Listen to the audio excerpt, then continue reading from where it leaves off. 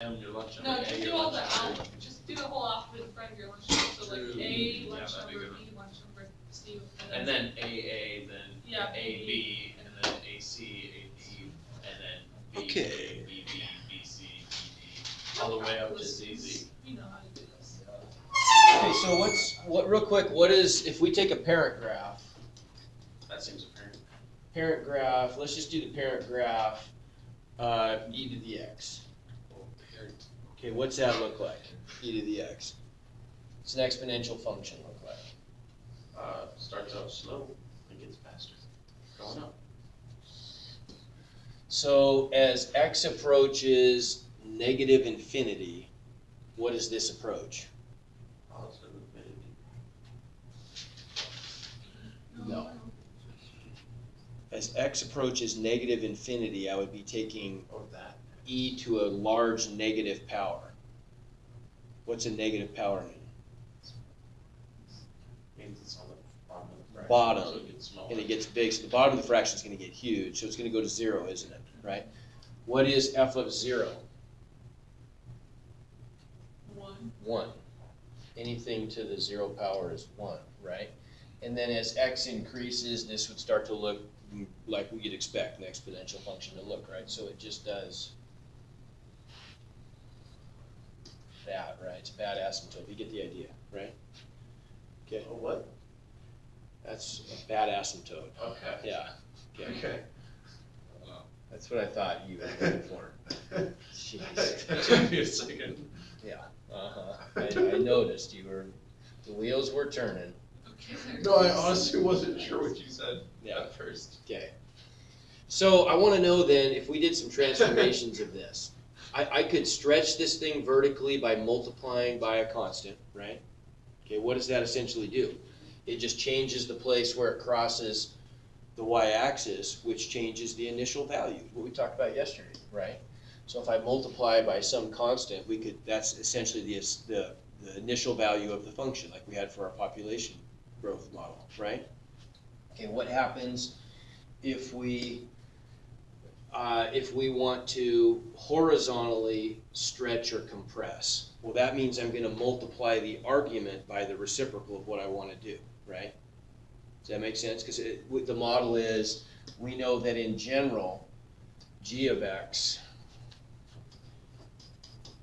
I could write it this way, equals a times f of 1 over b times x minus h plus k, right? Algebra 2 stuff, right?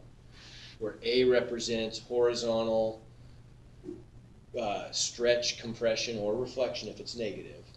B represents, did I say horizontal? A represents vertical, stretch, compression, reflection.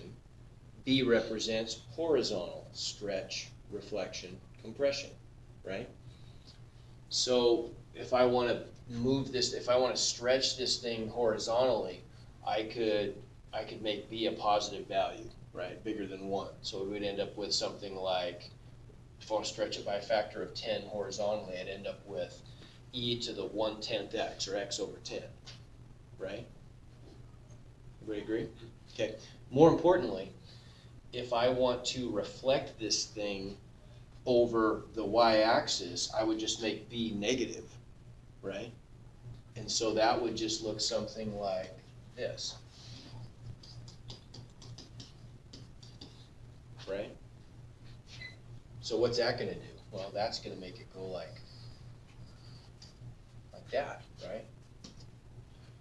What would we call that? If this is exponential growth, what do you think that's called? Exponential decay, right?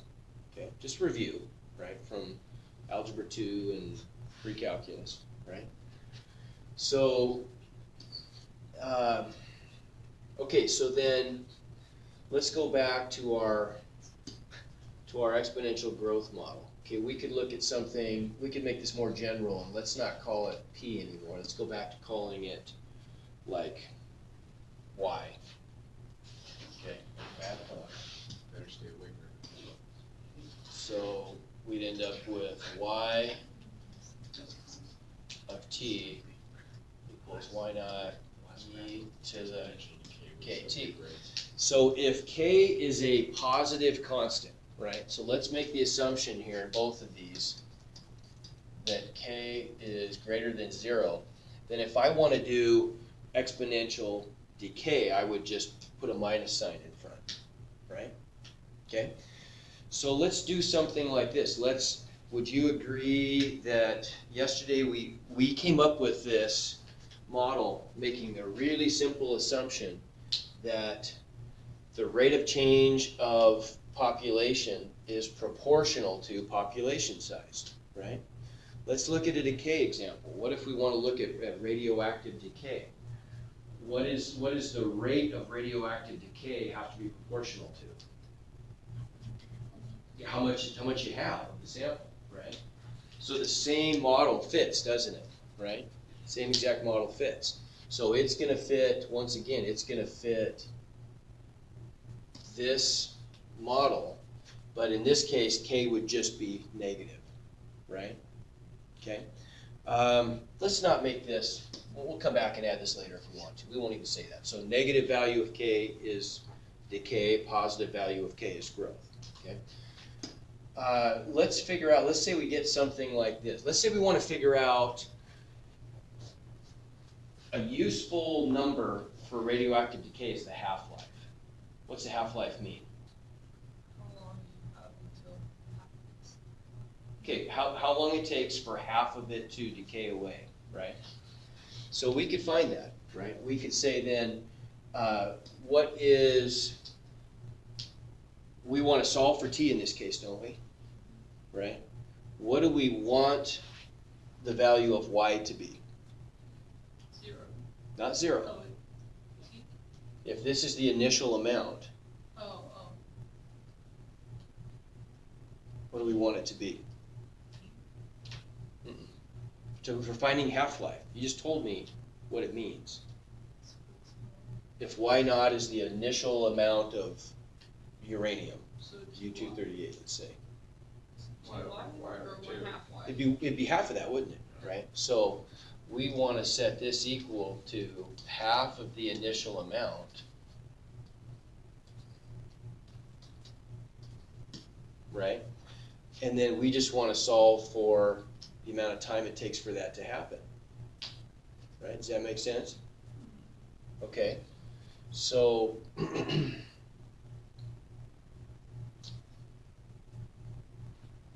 all right, so what do we do to solve for t here?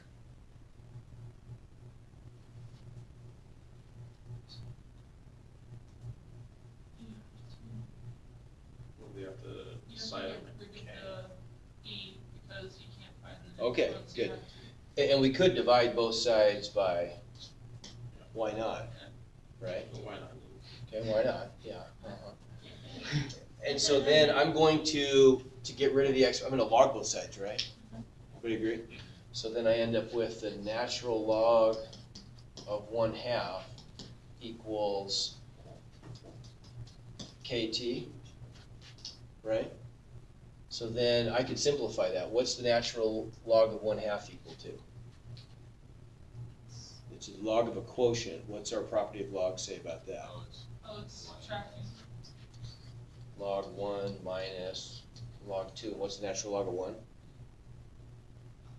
1/x? No. That's like saying e to what power is 1? Oh, it's e to the 0. 0. Right? Okay, and think what the curve looks like. Natural log graph passes through the origin at 1, right? Or passes through the x-axis at 1. So that's at 0.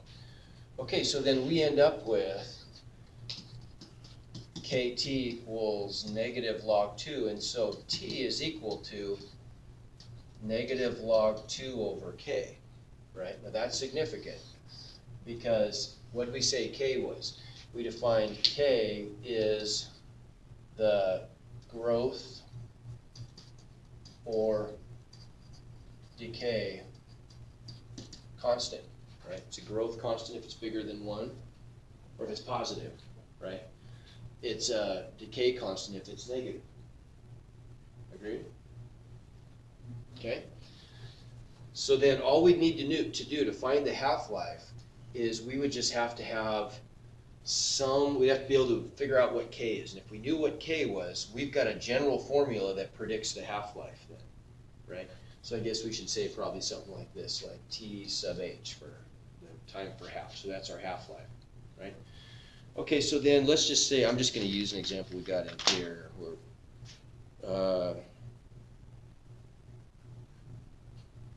okay.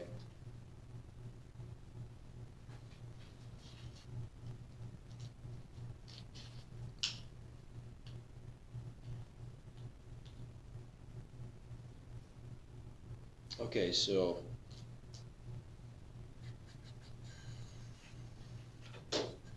that's really give us half-life. We don't want that one. We want one. I want to find half-life.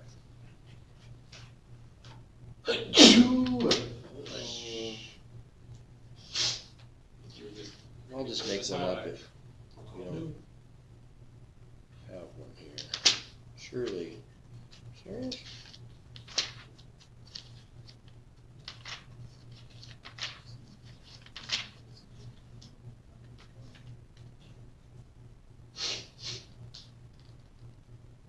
They always give you half-life. I want to find one where we have to find half-life. Okay, we'll make one up.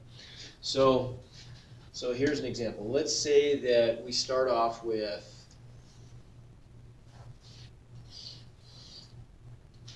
some element. We have a 100-gram sample. After 27 years, it's down to a 98.2 grams. Okay, we want to make a prediction about what the half-life is going to be. That's a long time. It's going to be a pretty long half-life. Yeah, maybe, right? But radioactive, I mean, a lot of times the half-life for a radioactive element, it might be, tens of thousands of years. So this seems like it's going to be, maybe a little bit long, but not horrible. So what are we going to do? There's our model, right? So what are we given here? This is non-calculus, by the way. This is just this is like a pre-calc question. So you have initial amount. So we have the initial amount, y. So y naught is 100. What else? T equals 27. Okay, so then y of 27 equals, okay. So we ought to be able to then say, okay, then that means that y of 27, which is equal to 98.2, must equal the initial amount, right, y naught, times e to the kt, right? So that's e to the 27 times k. Everybody agree? So that should allow us to find the decay constant, which in turn would allow us to predict what the half-life is going to be, right? Okay. So then we would just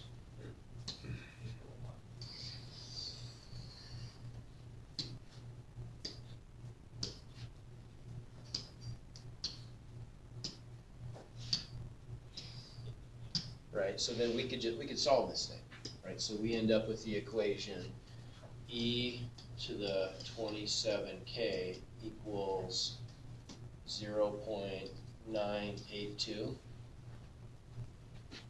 right? And so then 27k equals the natural log of 0.982, right? And so k equals natural log 0.982 divided by 27. Well, that's just a calculator question, right?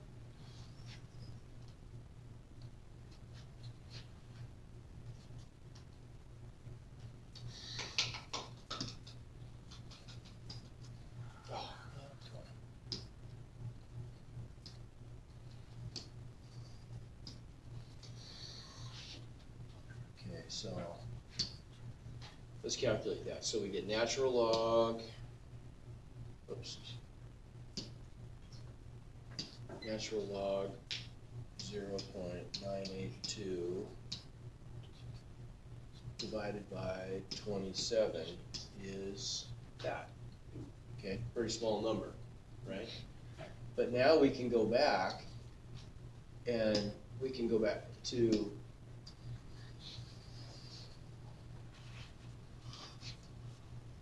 there and we can figure out what our half-life is, right? So we're going to get negative,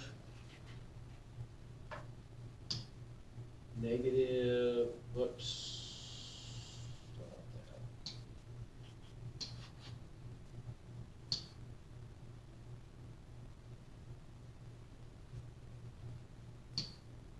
so negative natural log 2 divided by that number. So about 1,030 years is the half-life. Okay? Does that make sense? Okay. So then what about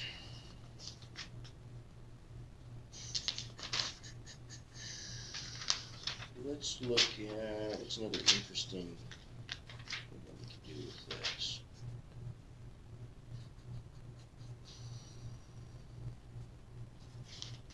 We'll do this on an actual element and see how it works, or, It works great.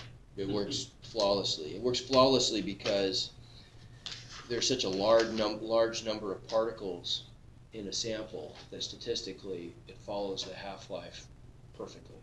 If you only had 10 particles, then it wouldn't work very well. But 10 particles is also nothing you really have to worry about that much. Okay, so let's talk about half-life. That's interesting. I mean about carbon dating. Okay, so do you guys know how radiocarbon dating works? It works for potassium, argon, or anything, but like carbon dating is the most commonly used. Do you know how that works?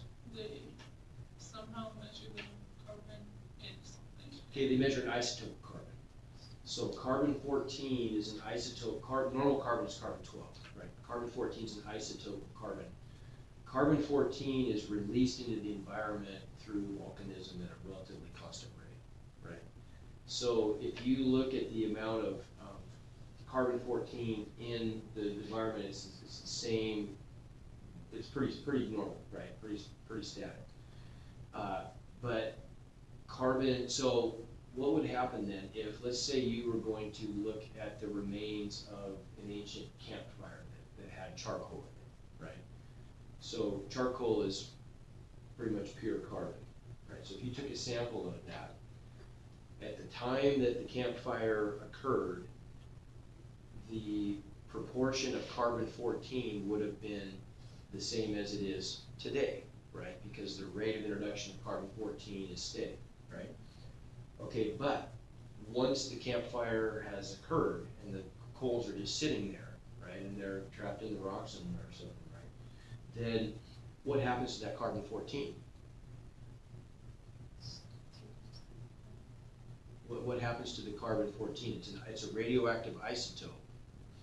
So it's going to decay according to the well-known decay constant for carbon-14, right? So what would you expect to see if you uncovered this ancient campfire later on? Would you expect what would you expect the ratio of carbon-14 to carbon-12 to be compared to just a regular sample of carbon that we make a fire today and we measure that relationship?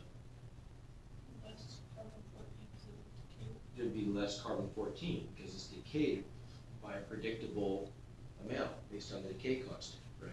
And the Not half-life. carbon-12. Say it again. Carbon-12. Carbon-12 is stable. Carbon-12 doesn't decay. Okay.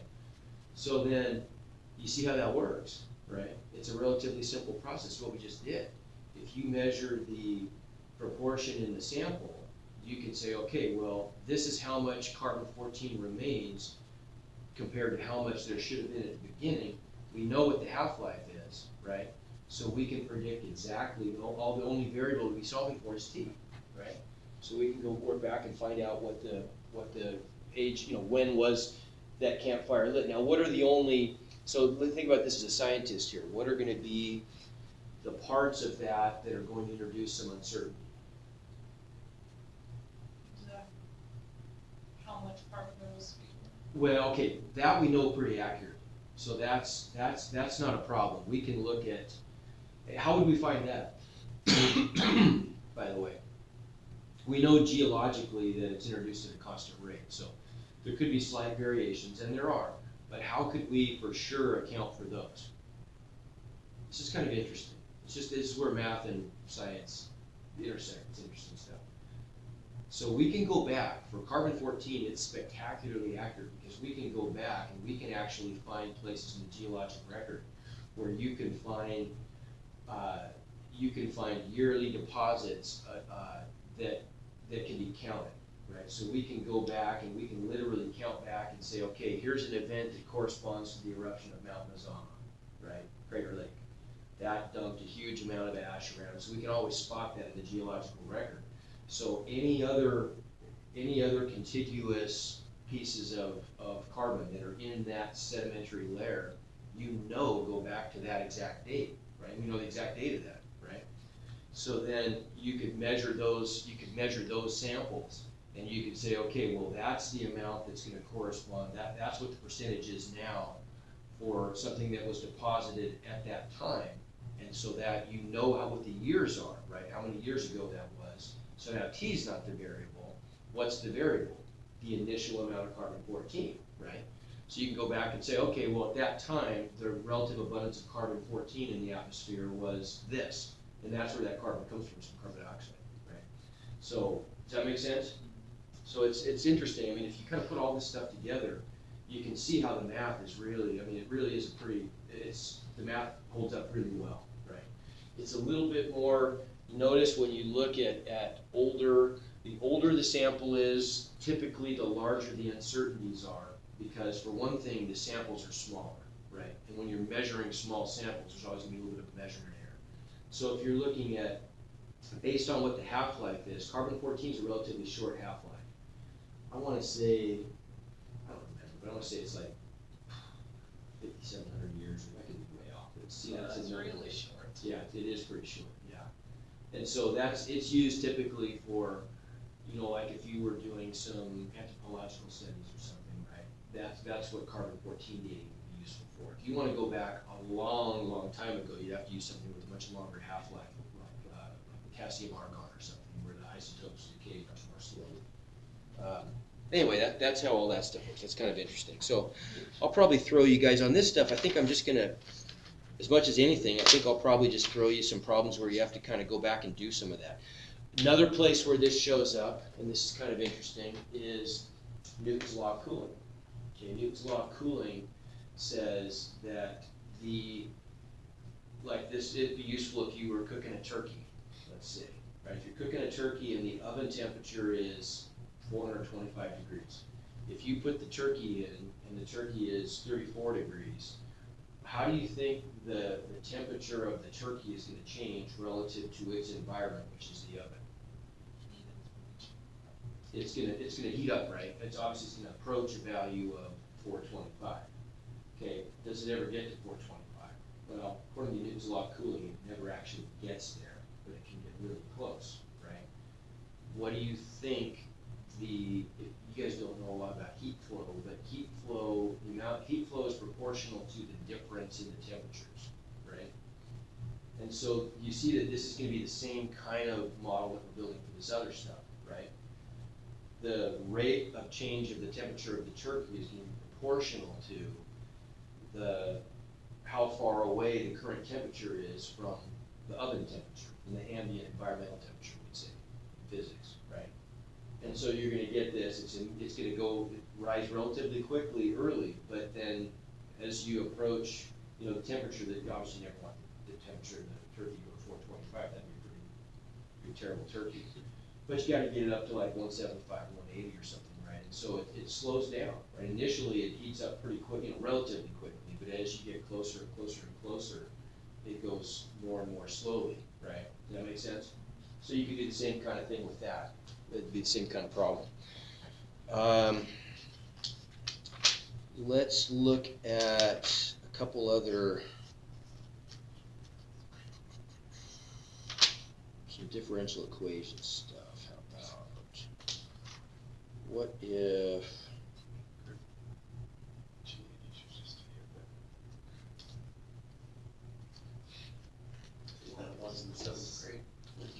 okay, really most of this stuff in Larson here is, you know, for 5.5 and 5, or for 5.6, differential equations, growth and decay, and for the applied problems in 5.5, which is bases other than E. This stuff is pretty much all, you know, most of it is not calculus. Most of it is just using this, which is good review, I think. But let's just get a little bit of practice actually solving a separable differential equation. So see if you guys remember this from yesterday. Okay, how are we going to do something like this? Let's say we want to solve the differential equation y prime equals 5x over y. What would I do?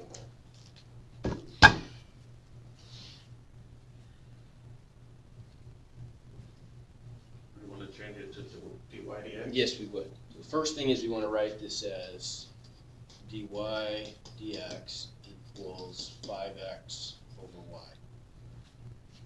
Okay, now what? Multiply by dx into the integral. Multiply by dx. But what about that y? Substitution. I'm going to multiply both sides by y also to get the y over there. Why is that important? Because I have to separate the variables. That's the whole idea behind a separable differential equation. Is the premise is that you're able to separate the two types of variables. If you can't, life gets a lot tougher. Okay, so what do you do then? Well, you'll find out in a few years when you work through calculus. Eventually, you move on to a sequence of math classes called ordinary differential equations, and then for me it was one class of ordinary differential equations and two classes of partial differential equations, where you study just ways that you can solve these kinds of differential equations when things aren't so nice, when things aren't just separable like this, for example. Then there are other techniques you use for solving this, right? That's a really advanced topic for now, but you can kind of see, I just want to put it in, place this in some perspective. So this is like the first baby step towards solving hard differential equations, right? But now all we do, once we've separated the two, is we're just going to anti-differentiate, right? This is no big deal. We know how to do this. So then what's the result on this side? What's the derivative of y, or antiderivative of y to the 1? Y squared over 2, good. Equals, plus a constant, but we'll lump the constants together on one side. What do we get over here? Yeah, 5/2 x squared plus some constant, right? And so then what can we do if we want to solve this? Well, I could say y squared equals, if I multiply both sides by 2, that's okay, because I'm just getting some other constant, so call that C1 and call that C, right? So there's our solution. Okay, what's that look like? That's a hyperbola. Okay, that's going to end up being a hyperbola. Okay.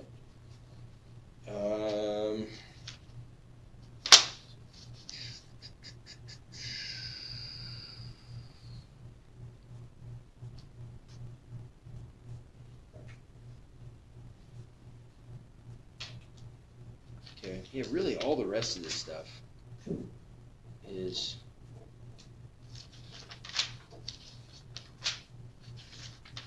just a lot of this is applications.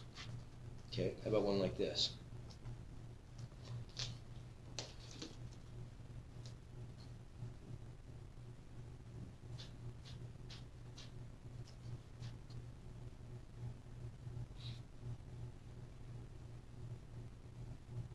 Okay, let's do one like this. Let's work through.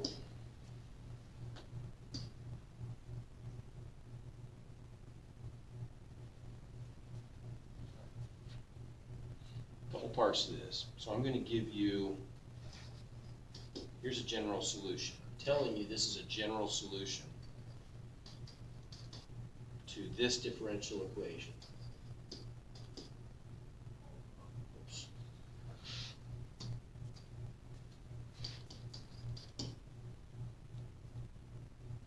Oops. Too wide.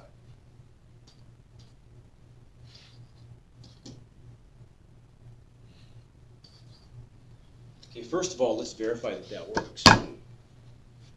How could we verify that that works?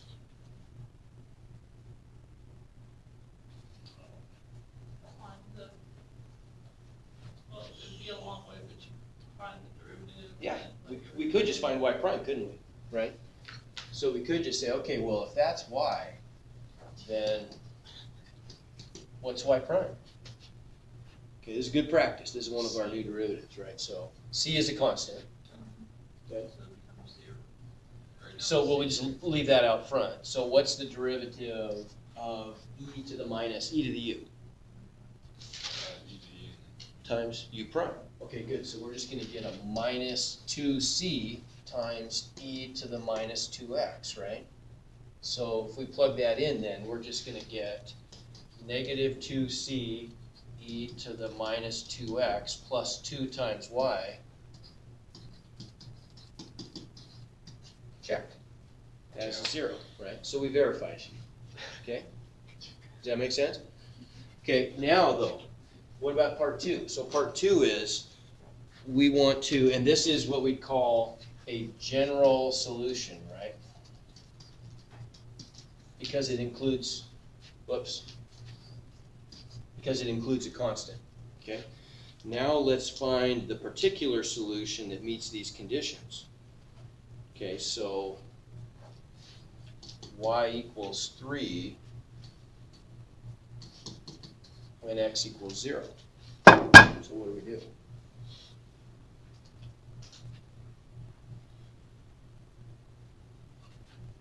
What do you want to find? We want to find, instead of the general solution, we want the particular solution that matches these conditions, these initial conditions.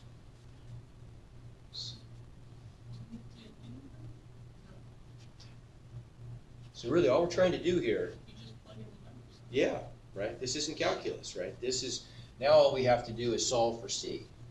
See, a lot of calculus is not calculus when you start getting up to this level. I mean, there's really, the calculus is the crucial part, but a lot of it's not. So we'll plug this in then, we're just going to get 3 equals c times e to the minus 2 times 0, which is just e to the 0. So what's c equal to? I mean, 3. 3. And so our particular solution would just be y equals 3 e to the minus 2x, right? Okay? So what about this one then? So let's go, this is like the coup d'etat. This is the, if we can do these are really a pretty good ending point for a high school calculus class. If you guys can solve these differential equations, then we're in business. Let's find the particular solution for this.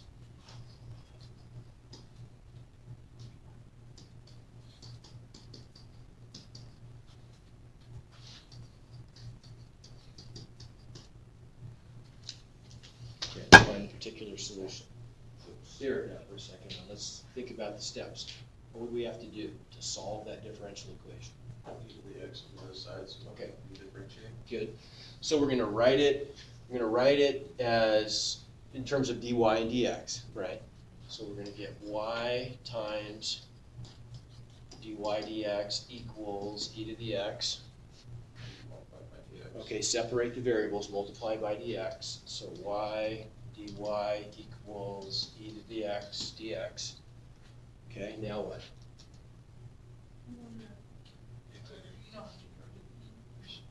Well, what are we gonna do? We have to undo the derivative, so that's integrate, right? So what are we gonna get on this side?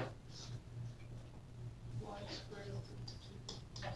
Okay, equals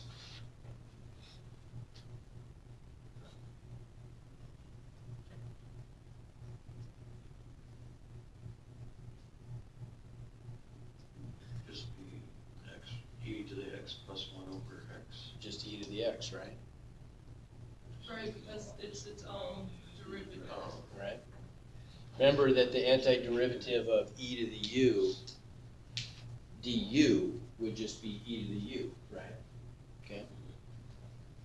Plus a constant, or? Yep, plus a constant.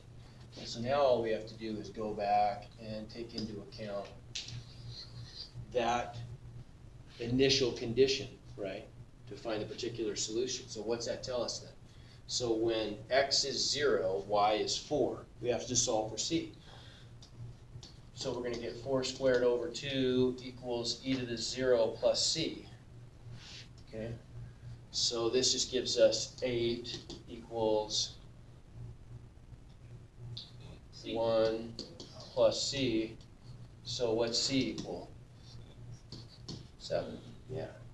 Right, and so that tells us that our particular solution is, let's solve for y, so or y squared. So y squared equals 2 e to the x plus 14. If I plug in 7 for c and I just multiply both sides by 2. Right, does that make sense? Okay. So what's that look like then? Well, I mean, we don't always get an explicit solution for y, do we? That's all right though, right? We get a relation between y and x that may or may not be a function, right? If we were to graph this though, this is meaningful, okay? Does that make sense? Okay. All right, how about,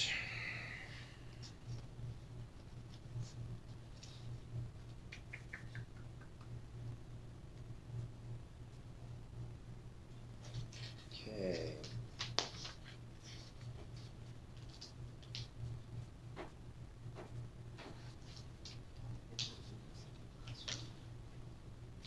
Where would you put a window in this classroom? Okay, Okay, where would that window go? I don't know. Where would you go to a classroom? Okay, so why would it see this? What's the only way you could do that? What's the only face in this room that you can move? Yeah, guess what we have? A window.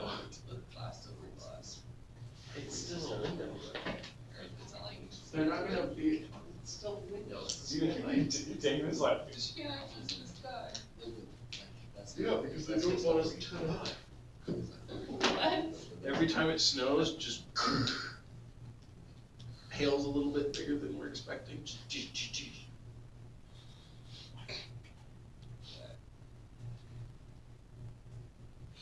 okay. You know what, I think for today, that's probably good. We'll just do a little bit. I'll put up an assignment to kind of reinforce what we just talked about. Here's my thought. I don't think I'm going to do a big test over this stuff. I think we'll do a little test over the. I want you, because you got to kind of mechanically be able to handle the logs and exponential stuff, right? So I'll give you a little test over everything up through 5.5, which is easy, right? I mean, that's just kind of the calculus part, just knowing those additional calculus functions, being able to take derivatives, take integrals and stuff.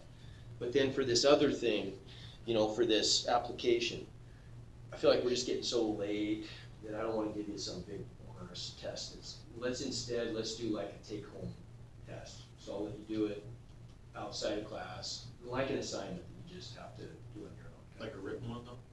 No, we'll make it, I mean, I don't think so. I think we can even do it online, so you can do multiple. Maybe I can bring it up so you can do that. That'd be fine. I mean, my goal is not that you become experts at this, but that you get enough of it understood that when you go to college next year, you got a good foundation for going further with it. So I think that seems reasonable, okay? Alrighty.